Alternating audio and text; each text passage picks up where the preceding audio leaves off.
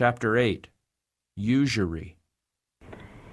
In the view given me in Rochester, New York, December 25, 1865, I was shown that the subject of taking usury should be considered by Sabbath keepers.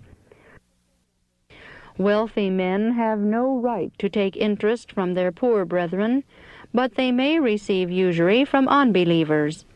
And if thy brother be waxen poor and fallen in decay with thee, then thou shalt relieve him. Take thou no usury of him or increase, but fear thy God, that thy brother may live with thee.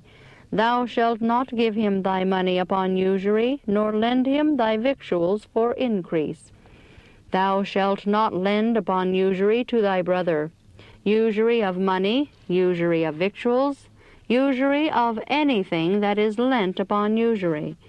Unto a stranger thou mayest lend upon usury, but unto thy brother thou shalt not lend upon usury, that the Lord thy God may bless thee in all that thou settest thine hand to in the land whither thou goest to possess it. God has been displeased with Sabbath keepers for their avaricious spirit. Their desire to get gain is so strong that they have taken advantage of poor, unfortunate brethren in their distress, and have added to their already own abundant means, while these poorer brethren have suffered for the same means. Am I my brother's keeper? Is the language of their hearts. A few years ago, some of the poorer brethren were in danger of losing their souls through wrong impressions. Everywhere Satan was tempting them in regard to the wealthy.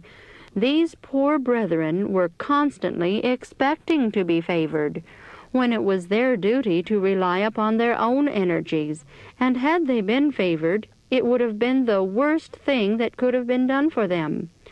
All through the ranks of Sabbath keepers, Satan was seeking to overthrow the poorer class by his temptations.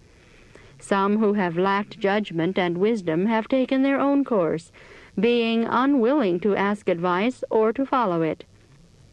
Such have had to suffer as the result of their miserable calculation, and yet these same ones would feel that they should be favored by their brethren who have property.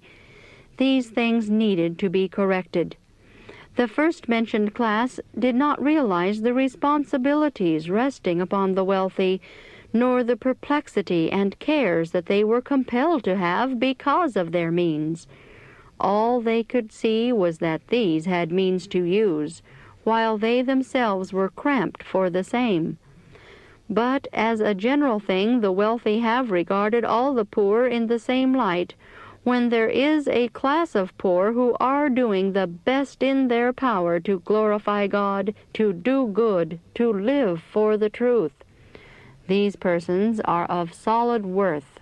Their judgment is good, their spirit precious in the sight of God, and the amount of good which they accomplish in their unpretending way is tenfold greater than that accomplished by the wealthy, although the latter may give large sums on certain occasions.